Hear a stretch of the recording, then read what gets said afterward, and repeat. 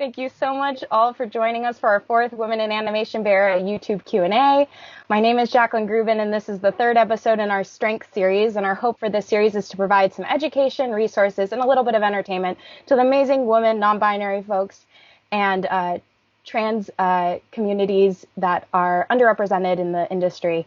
And we really want to ensure that people are pursuing and thriving in the animation industry. So please subscribe and put down questions or topics you want us to talk about tonight or in the future, and we'll do our best to answer them. Without further ado, it's my privilege to introduce you all to Christine Lee. She's currently working at ILM, also known as Industrial Light and Magic, and works not only in VFX, but has also worked on some highly anticipated projects in the real-time space. Christine, if you don't mind, my first question is, what started you on your path in the animation and VFX world?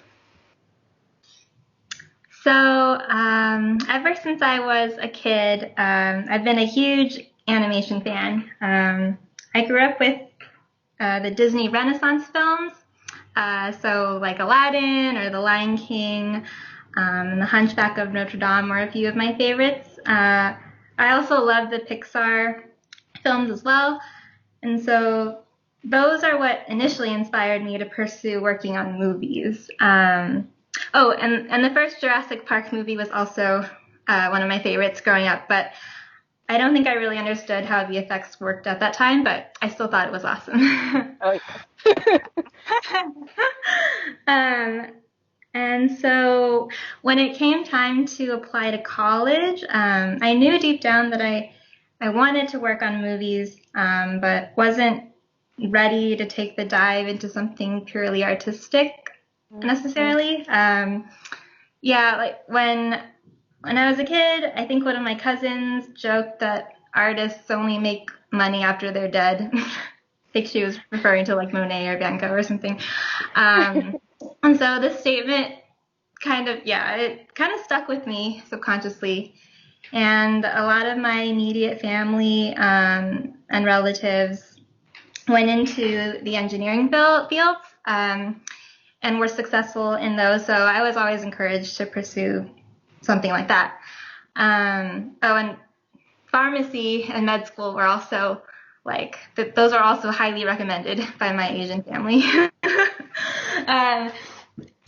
I knew I really wanted to go to a UC, but none of them offered a major in computer animation. And eventually I kind of decided that architecture would be a good balance of something like practical, I guess, but still artistic.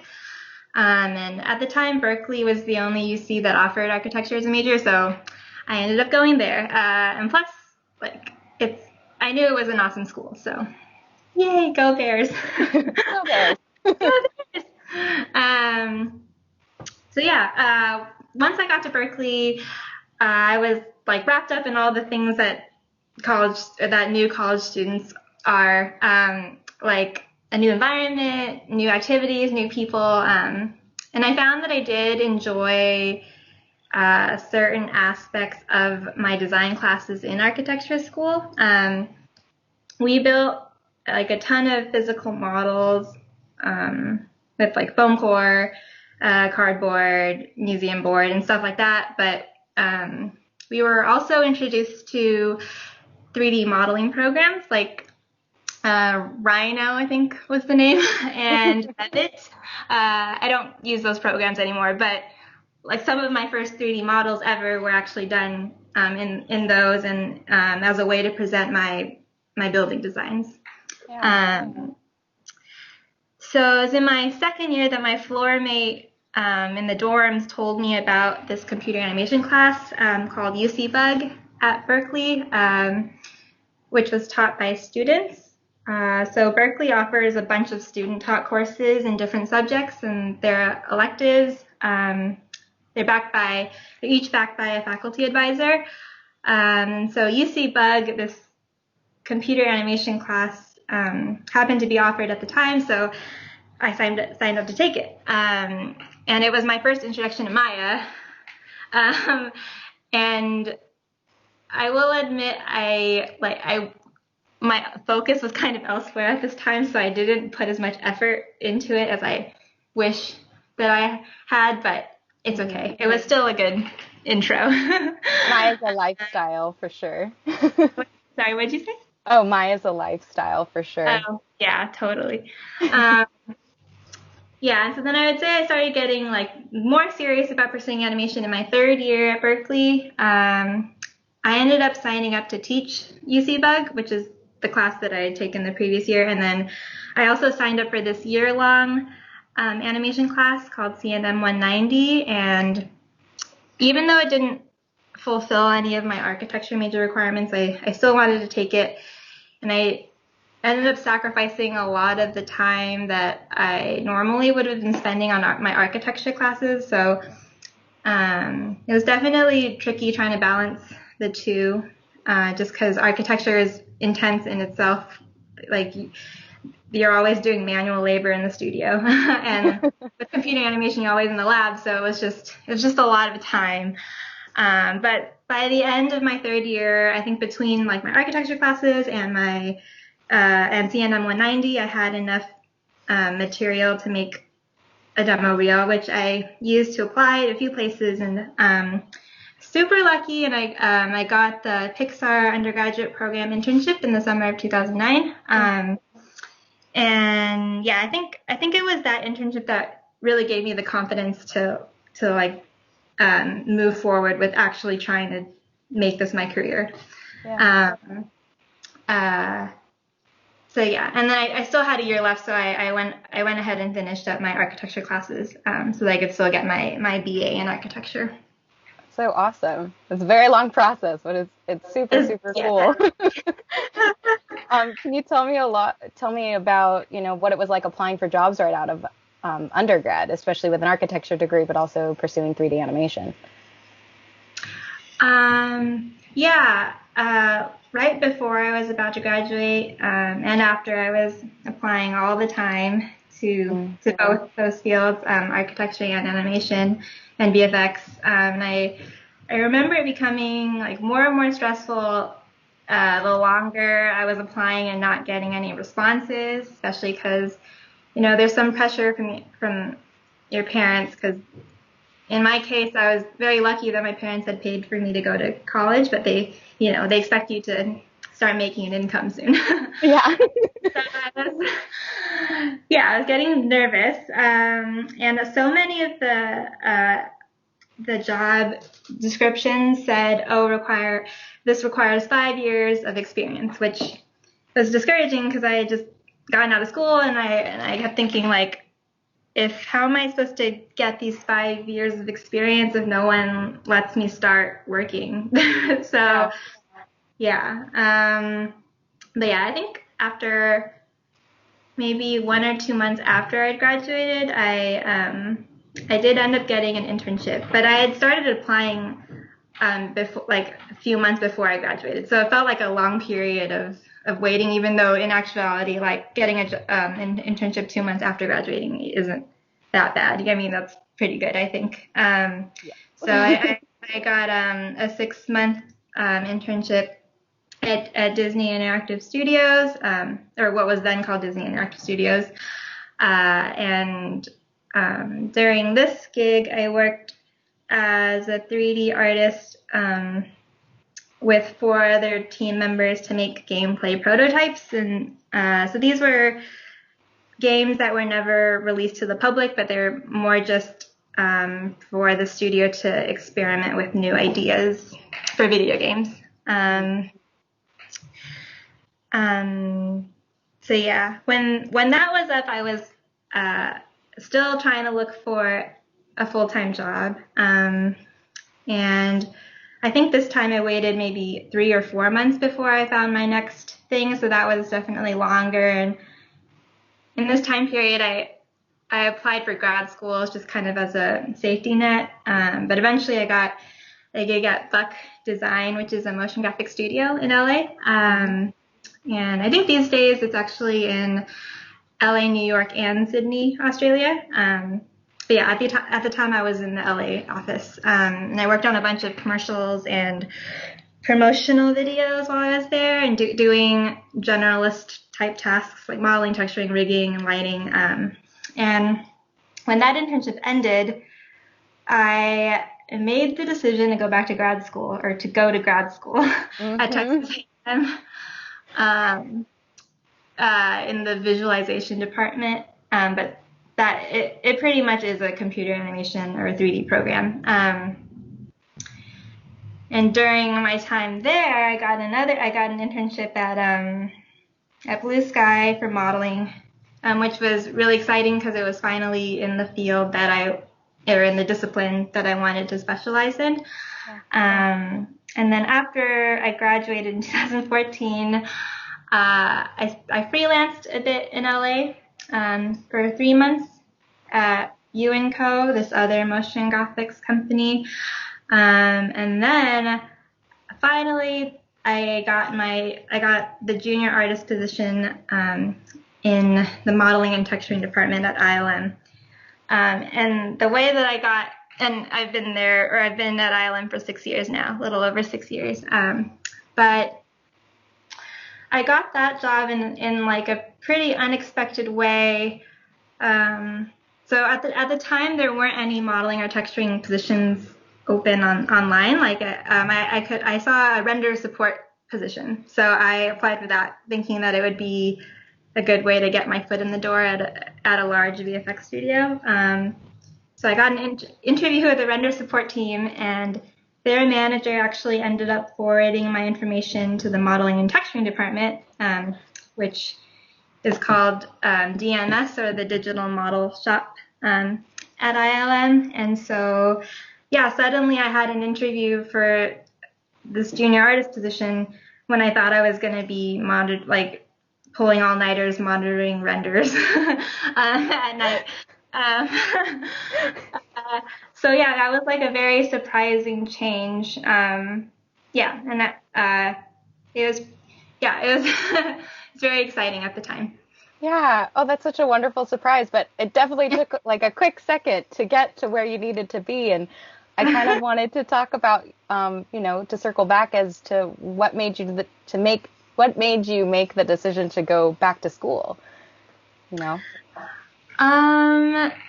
Yes. So, okay, actually, I should probably rewind back to, so when I first graduated in Berkeley, obviously my first choice was I wanted to get a full-time gig, but instead I got those two short-term jobs. And I remember at that time I only had a handful of animation classes under my belt and my Pixar internship. But that was it. Like I felt like I hadn't actually devoted that much time, or as much time as I would have wanted to. And I remember I had a friend that either was working at DreamWorks or had worked at DreamWorks, but he offered to forward my information to the studio. And so someone from DreamWorks actually called me pretty quickly, and he basically told me that he saw potential in my demo reel and in my work, but that I wasn't quite where I needed to be to get a job. And he even pointed out like a specific piece in my demo reel, and said like everything should be at this level, like this, like maybe if everything was at this level, then you would be a stronger candidate. And I remember it was pretty hard to hear, but yeah, I mean, it was true, so it was good that he was getting this feedback. And he was the one that suggested Texas A&M as a grad program that I could look into. Like, he didn't say like, oh, if you go there, then we'll definitely hire you, or like nothing like that. It was just more like, oh, like you should consider looking into this program. Like, it's relatively inexpensive compared to some of the other art schools. You should, just like look into it and see how you feel. At that time, though, I had just gotten out of school, so I was like, I really don't want to just like go back right after I had tried so hard to leave. And so, I didn't immediately apply, as you know. But then after my two short-term jobs, or actually in between my first and second short-term job in the following year, I kind of applied just in case. And then after my internship at Buck Design, I had to kind of reevaluate everything again. So now at this point, I had 3 short-term jobs under my belt, and I still didn't have any long-term offers at the moment, and I could have continued to apply to more studios, or I could, go to Texas A&M, where they had actually just accepted my application in the summer, I think. So yeah, it was a tough decision because I had friends that I had met along the way that had gone on to get jobs as lighters or TDs at various studios, and others continued to like brave the freelancing world. And so I was like, I could do that, but I don't know. I think in the end, I knew Texas A&M was the right job, or was the right path for me, because I could have uninterrupted focus in animation. I wouldn't be distracted by architecture or worried about completing that. And I knew it would just give me more time and lab resources, and I'd be able to be surrounded by like-minded people that are also specializing in the same thing. And I knew it would give me at least 2 years to develop projects that I could put on a demo reel that would hopefully make me a stronger candidate. And I knew Texas A&M was more of a technical school, so I had received feedback at one internship. I think it was the Pixar one, that I should look into taking some programming classes, or just to help my technical skills. I'm not a programmer or a coder by any means now, but at least I can understand simple Python scripting and stuff like that. Yeah, that sounds awesome. It sounded like a really great a great stopping point to just pause and reevaluate and just reassess your skill level to then go off and really achieve something that you really wanted to do. Would you encourage this path for others? I think it really depends on the person, but if you're considering grad school at all, I think it never hurts to at least apply to programs, just because it's a good exercise to just compile all your work and see where you're at. And oftentimes you'll be asked to write a statement of intent or an essay, and I feel like that kind of exercise helps collect your thoughts, I think, and maybe can also help you organize in your head what you actually want to do later in life. So yeah, I think, and you'll need to prepare you'll need to prepare a demo reel and portfolio anyway for jobs, so you might as well just submit that to some schools in the meantime. And I guess, okay, so you should apply, but then I think before accepting, you should ask yourself some questions, like what exactly do you see yourself doing when you're in the industry, and what specific roles could you see yourself in? And if your goal is to be a stronger candidate for this type of role, do you think that the particular grad program that you're applying to will make you more hireable for that role? And you should research your grad schools and see the kinds of jobs that graduates are getting. And I know, and finances is another aspect of this whole thing. So you should ask yourself if you can afford it. And some programs are more expensive than others. Like I said before, Texas A&M is relatively inexpensive compared to art schools such as SCAD, but SCAD, Savannah College of Art and Design, they have really awesome resources. So it just depends. And I guess I should add that it's not really so much about the degree in the end. It's more about the effort that you put into grad school and the portfolio that you create when you're there.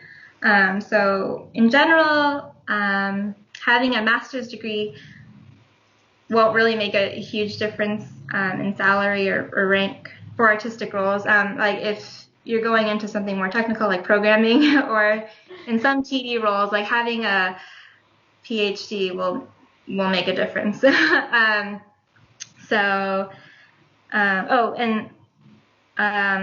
if you get an MFA, which is what I got, that's actually a terminal degree. So that means that you can teach at the university level if that interests you at all. Yeah. No. In short, it just depends, but yeah. Definitely. We'll be waiting for your class. That's for sure. I'm sure there's a bunch of people that are going to be ready to sign up. To again, like circle back a little bit again, going forward this time, you had experience with a lot of different studios, and you talk about having these small teams that you're working with. What has the impact of being able to connect and collaborate with those fellow artists, classmates, coworkers? Has that affected you at all?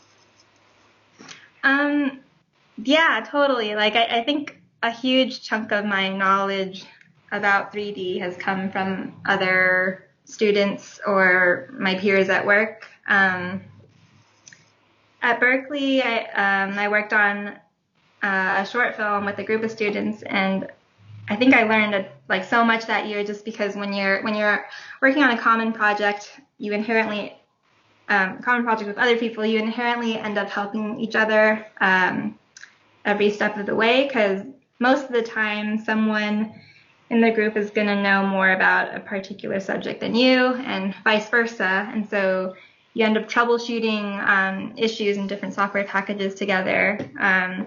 And yeah, I would say you learn a lot of the main art and animation principles from instructors, but when it comes down to the software and the details of, when it comes down to the details of the software, that knowledge really comes from your peers, I feel like, in school. And then at my various internships, I feel like I definitely got a lot of help from the other, either the other interns that were working there or the people that were working there. So at my Disney Interactive Studios internship in particular, I remember I learned most of my knowledge about rigging from the other. No, I don't even rig that much now, but I mean, a lot of what I know came from the other artists on the team. And he also introduced me to this open source asset management system. And he led the way in automating the way we exported our animations and stuff. And we both had to learn how to model and texture for real time, actually. Both of us going into that internship had more of film or commercial, or a background in film and commercials, and less so real time. And so, yeah, we kind of figured that out by just watching tutorials and looking stuff up online. And also the people that you work with, so they'll teach you stuff, but then they can also help expedite your job applications. So it's not to say that if you know someone, it doesn't mean if you know someone at the company, it doesn't mean you'll automatically get a job there. It's more that they can forward your portfolio and information so that it gets seen more quickly and evaluated more quickly, but not necessarily it's not that they actually can literally get you the job. But I mean, that in itself is a huge, that's huge in itself, because sometimes your application so many people are applying it online that it must be hard for companies to sift through everything, or it just takes a long time. So if someone can get your work seen faster, that's an advantage for sure. Yeah. I know that you had mentioned that Blue Sky specifically was, that was where you got your demo reel in right away. Is it something where, do you find that just having, we go off of, not only do you have to know the right people and you have to continue to work and collaborate with the people around you, but you also have to continue to maintain a course for yourself and, persistence specifically being like a key word that I think could describe your journey to where you are now. You know, in what ways did you maintain your path? So I do feel like I did have a very windy road of schooling and like various short-term gigs before getting my job at ILM. But yes, persistence and diligence has definitely played a huge role for me. And it was definitely necessary every step of the way. And this actually reminds me of a very specific incident at Berkeley in one of my architecture studio classes. So I remember I had stayed up all night along with my classmates preparing for this mid-review the next morning, and we were supposed to present our progress for this bird watching building design.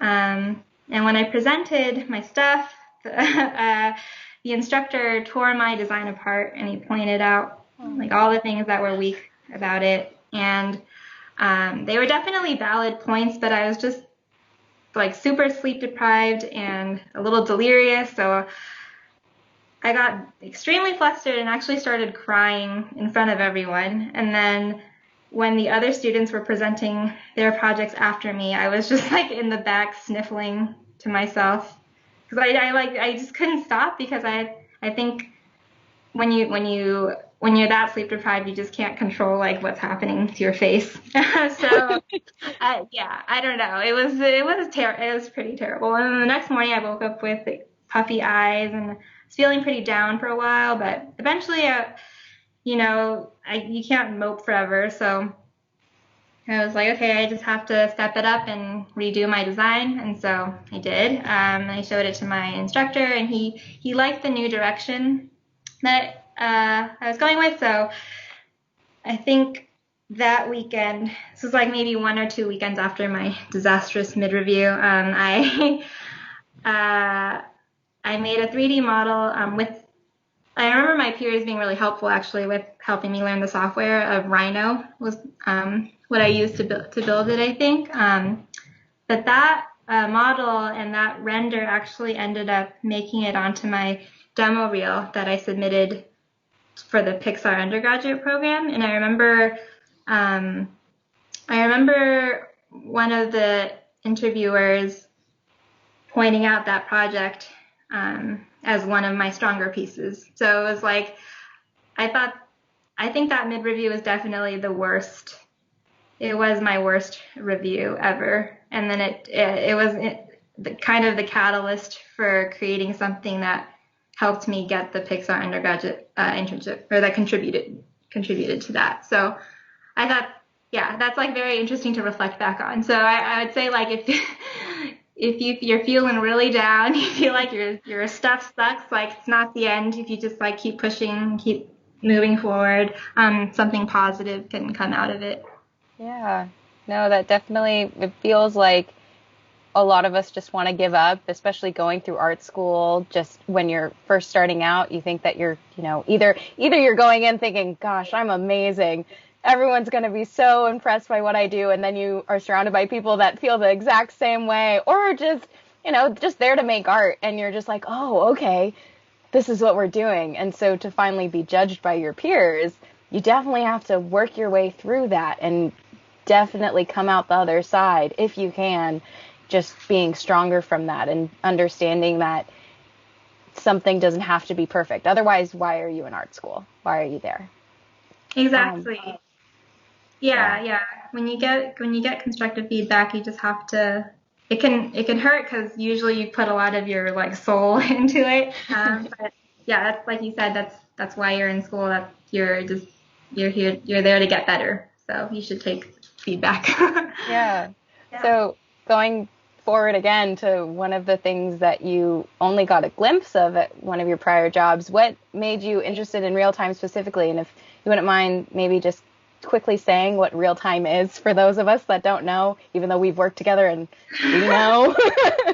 Yes. Real time is, well, it's literally any content that is happening in real time on the screen. So this encompasses like video games or virtual reality experiences, or AR. I haven't worked on any AR, or augmented reality. Any other examples? I'm like, I think that covers it. Yeah.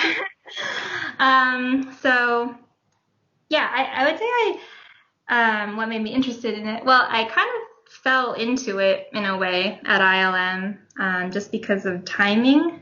I just rolled off of Doctor Strange in 2016, and ILM X Lab was ramping up on this project called Carne y Arena, which is this virtual reality experience directed by Alejandro Iñárritu. And it, just as a background, it simulates the experience of crossing the border from Mexico or Central America into the U.S. as a refugee. An ILM X Lab. So Jacqueline and I actually worked at ILM X Lab together. But it's Lucasfilm's immersive entertainment studio. So we create a lot of the real-time content. So this includes virtual reality experiences, like I said, or like Disney theme park attractions, like the Millennium Falcon ride, which is in real time. Yeah, those are two good examples. So for Carne y Arena, I did a lot of character modeling and texturing.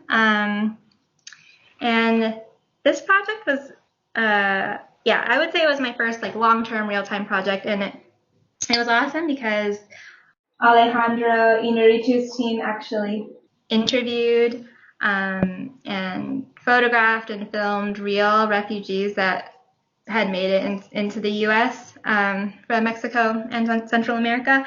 So it was an honor to be able to bring those people to life in 3D. And I would say that project was a good fit for me because I had been doing, up until then, I had been doing both modeling and texturing at ILM. And so in real time, those two disciplines are more intertwined, I would say, than they are in traditional film. Just because the way you model something ultimately influences the textures because you have to make a normal map. Stuff like that. So after that project, I was kind of recognized within ILM as having experience in real time, and so I just got put on a lot of real time projects. So the next project after Carne y Arena that I went on to was the Millennium Falcon ride at Disneyland. And then after working on that for a year, I was asked to be a lead on the ILM X-Lab character team for this Marvel Studios project called There's Damage Control that you know very well about. That's the project that Jacqueline and I worked on together. And on this project, I was responsible for building a lot of the characters with my team. It was a pretty small team of character artists, no more than like 4 or 5 at a time. And then most recently, I'm working on the Star Wars Hotel project. I think technically it's called Star Wars Galactic Star Cruiser. But yes, that is what I'm currently working on. Awesome. So what has it been like being a leader supervisor, being at ILM? Is it, even if it's for a smaller team, it must have really meant something. You must have learned something from being in this position. Well, yeah, there's like concrete things that I've learned, like how to block out an asset schedule with production. So we'll usually sit down together and go through the list of assets and figure out how long each thing will take, make our best guess, because you never really know how long something is going to take. You can only make your best estimate, and then that will determine how much that the project costs, and then production will present this to the client, and then we'll see if the client wants to work with us based on the budget that we've given. But being a lead has also taught me that artists will often have their own way of working or different styles of communication. So some artists prefer to give daily updates on what they're doing, and then others will only talk to you if they have a specific question. And some people like to walk up to your desk, and then others will chat or email you. Although I guess now everyone is chatting and emailing just because we can't physically be next to other people. But yeah, I think one of the biggest challenges of being a lead is figuring out how best to give feedback, and how much guidance you should give people as they're working on modeling and texturing their assets. So as a lead, your job is to delegate tasks, and you guide those tasks so that they're completed at a high quality and hopefully in the right time frame. And so I try to make sure I don't drive people crazy by micromanaging them or over-explaining things that they already know. But at the same time, it can be dangerous to assume that people are on the same page as you.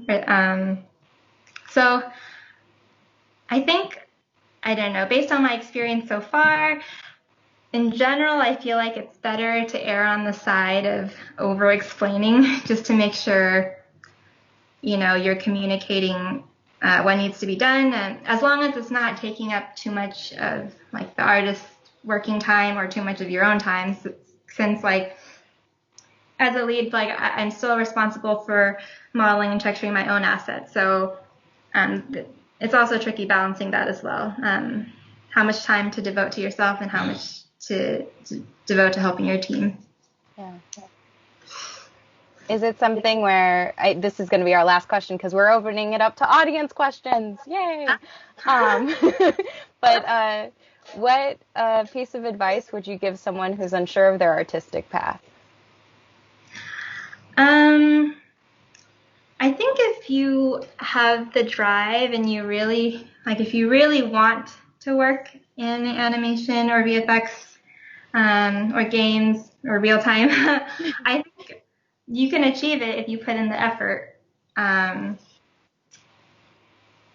think so I'm 32, which is not super old, but I feel like I've been alive long enough to witness people around me really working hard at their dreams and seeing those dreams come to life over the past 10 years. It's not like you need to immediately be successful right when you graduate from college.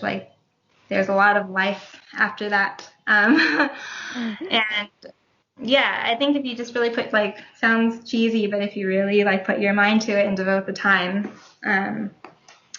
it can happen. And it's always important to get feedback on your work, like we were talking about earlier, both from your peers and from your mentors, just so that you can move forward and get better at your craft. I'm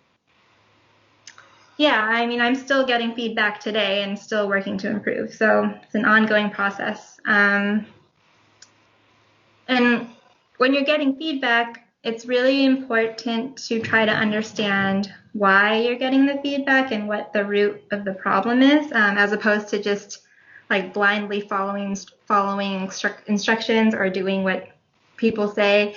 Just because if you really understand why, you can carry these principles into future projects, and and that's how you'll improve over time. Yeah. Awesome. Thank you so much, Christine. Yay. All right. So we're going to now go over to you, the audience, and we have some questions lined up. So first question, kind of a very apparent, very present topic. Being a woman of color who is now a lead, do you feel like you've ever faced a time where you were faced with unfair scrutiny and you overcame that? That's a good question. Actually, I've been very lucky, I think, at all of my jobs. I can't even really I can't think of any specific incidents of being discriminated against or judged unfairly. I will say, sometimes, maybe there have been meetings where I'm the only female and I'll feel, I don't know if that fact in itself makes me feel kind of uncomfortable or what, but sometimes I'll feel extra quiet in those situations. But I mean, that can also be on me to try to speak up more too. But even that has only happened a couple times, I feel in my life. So I've been very lucky, I think. Awesome. And is it something where, to kind of stay on it for a quick second, if someone is being treated unfairly, what advice would you give them to, stand up for themselves or to overcome this scrutiny? I think it's always good to talk to people about it, either if it's your friends or if you have a manager that you can reach out to. And in some cases, you can confront the person directly and just say hey, that made me feel uncomfortable. Although it's easy to say that now, when it's not happening in the moment. So, I would say definitely talk to someone your friends or your manager or a mentor, and then you can talk directly to the person if you feel comfortable as well. Yeah, thank you so much. So now going a little bit to the artistic side of things, in terms of training your artistic eye, what kind of practices do you find helps honing in your modeling and texturing skills? Sorry, I spaced out. It's okay. Training your artistic eye, what do you look for, to try and hone in your modeling and texture skills, because it's such minute detail? How do you go from saying, ooh, this is shiny, how can I make it less shiny? And what do you reference kind of when you're trying to change that or adjust it because you're doing something so small? Or in modeling as well. So you said a very important term just then, which is reference. I think that's the biggest thing you can do for yourself when you're trying to make things look photoreal, is to gather a ton of reference. I spend a good chunk of time online just Googling for any related photos. You just really study your reference and try to figure out what makes something look what makes this photo look awesome. And there's technical things you can look into too. There's some standards you can follow for materials. So metals, for example, will always have a very dark color, but a very bright specular, and that's kind of, those are the main characteristics that make metal look like metal. Whereas something that's plastic will have a darker spec, and the color can vary because plastics are whatever color you want them to be. But metals in general, they if you look at metal, the reason why it looks like metal is because it's reflecting the environment. So the color comes from the environment. Yeah. Awesome. Do you have any strategies for overcoming being emotional during critiques? Well, the number one thing is to make sure you get enough sleep. go into like a bigger topic of just making sure you take care of your body and that you're not overworking yourself. But I think just try your best to realize that the person giving you your critique is trying to help you. Just always like frame it with that mindset. They're not trying to put you down or tell you suck, hopefully. They're just trying to help you get better, help you improve. Yeah, it is hard though because when you spend so much time on something, it just sucks to hear that it's not up to par. Yeah. Awesome. We're on our fourth question right now. What did you do to make your demo reel and your resume stand out? Like, what do you think? What pieces or the way that you formatted it? So yeah, it has been a while since I've truly updated my demo reel, but the demo reels that I used to apply to ILM 6 years ago,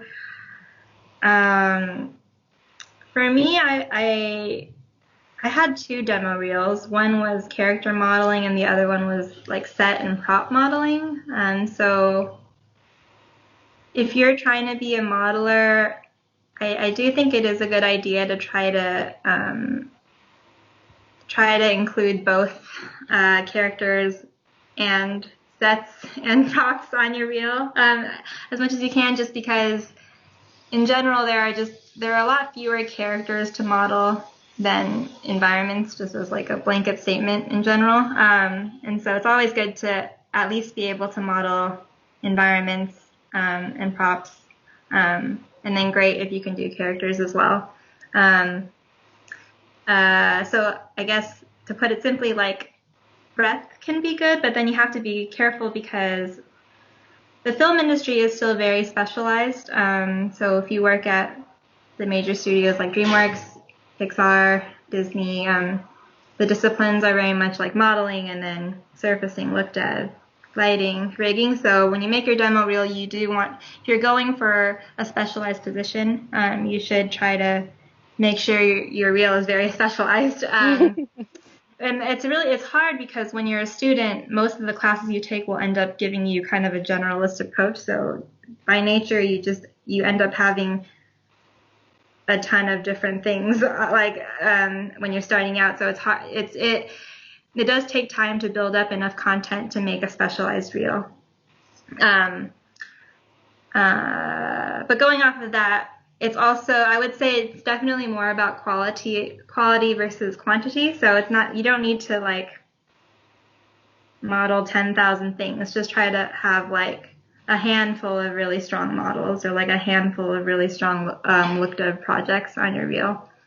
But yeah, I'd also say just look online at other artists' demo reels and see what they look like now. Because I will say, like, recently I've noticed that a lot of people just have art stations or still portfolios on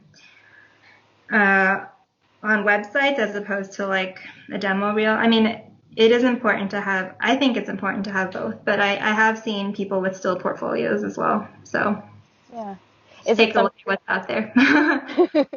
Get a gauge.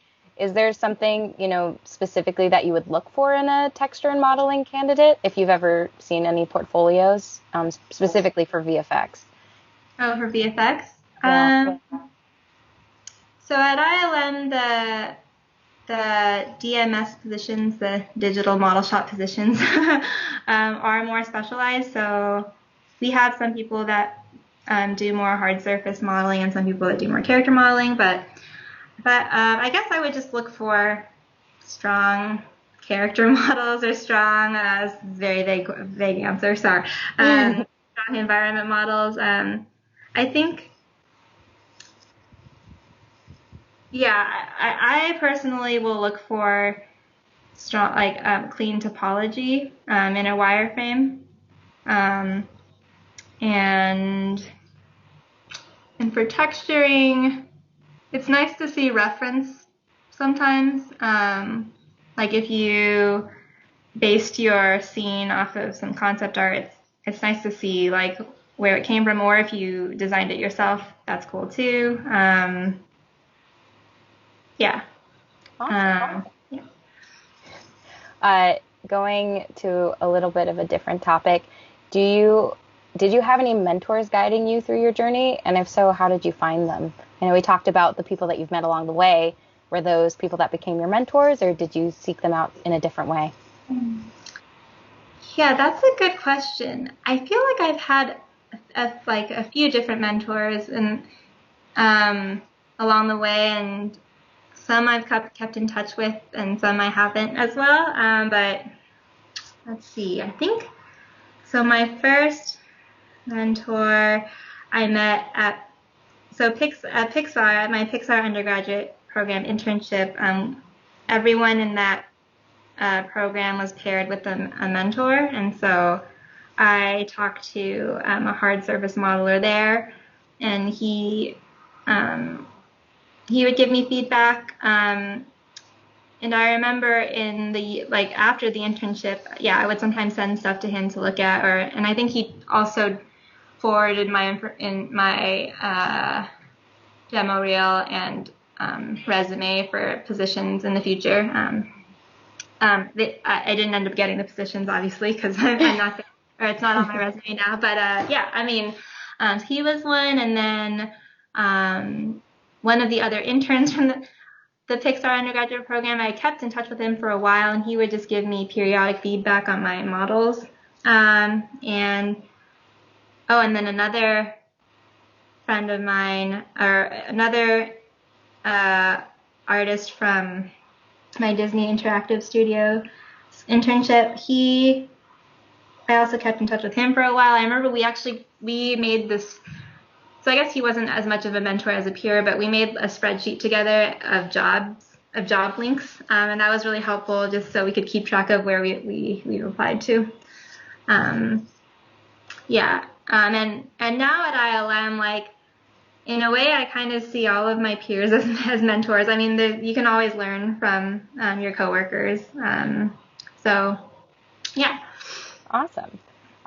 We talk about all the different places that you worked at too. What's the difference between working in a smaller studio versus working at a larger studio with big IPs such as Star Wars?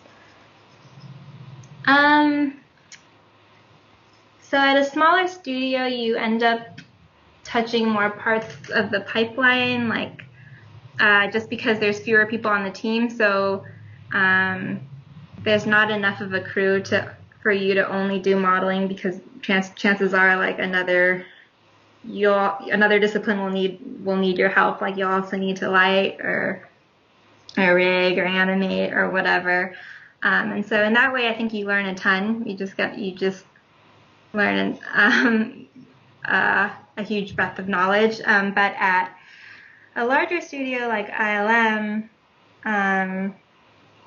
you end up really being able to hone in on your craft just because you're surrounded by so many people that also specialize in the same thing. And so there is a lot of valuable information there. And yeah, because I'm doing modeling and texturing all the time, I've just gotten stronger in those two disciplines. At the same time, sometimes I wish I had kept up like my rigging skills, and yeah, my skills in other parts of the pipeline. But yeah, for now, I primarily model and texture. But who knows? Maybe in the future, I'll take on a role that involves doing those other things again. We'll be ready. So, going to your education as well, what made you look for a master's rather than another BFA or a second bachelor's degree?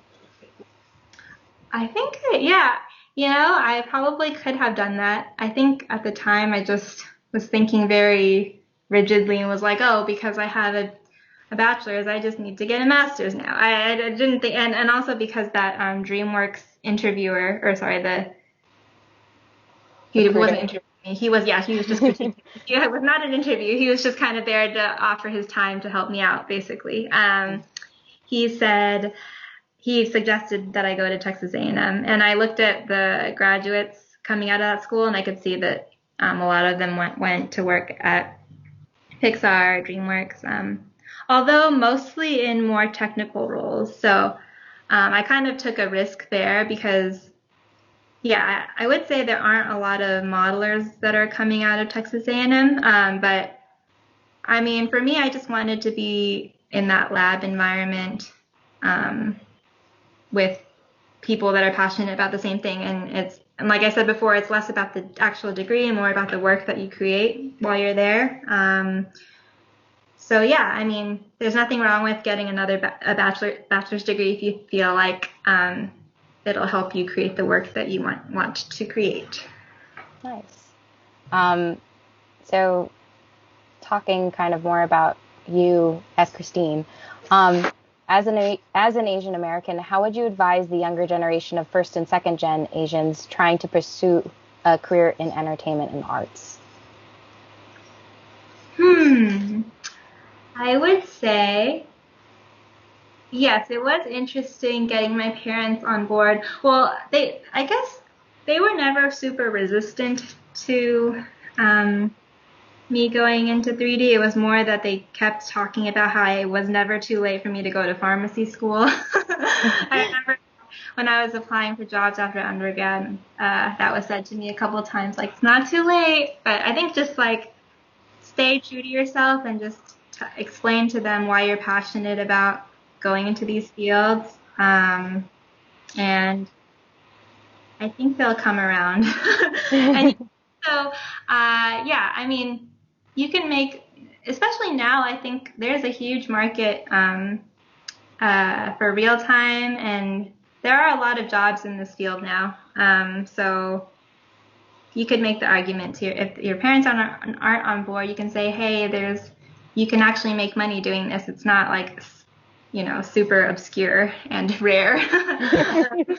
It can happen. And even like tech companies will have jobs for 3D artists too. So it's not just VFX and animation and games. You can work at Google and do art. Mm-hmm. On Facebook or any big tech company. They're all hiring. Mm-hmm. So do you have any advice for any other people that are coming from non-animation bachelor degrees to an animation program? What specific advice would you tell them to get the most out of their experience switching and going to a new program? Switching like while you're when you're at the same school, just switching majors? It looks like the specific thing is going from a bachelor's degree to a master's degree. So it could just be you're at the same school, or you did exactly what your path was and you got a bachelor's degree in a non-animation field, and then you went to another school and did the animation field. Yeah, I would say if it's possible, like I know it can be tricky to try to get a job in the industry when if you haven't had a lot of training in school, but if it's possible to get an internship of some sort, like between undergrad and grad, I would recommend that just because it gives you a general feel for the industry, and it might help you decide what to focus on when you're in grad school.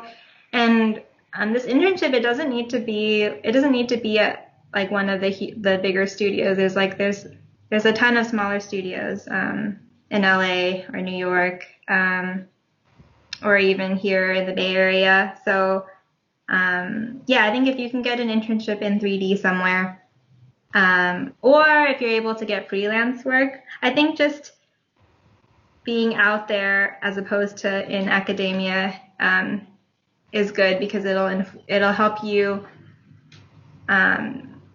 see what you actually want to get out of school later. Awesome. And then last question, any advice for anybody else? Just a general advice question. I think just stay passionate, and like if you really want to do it, you can. Like if it's not working out right now, like it will if you put in the work.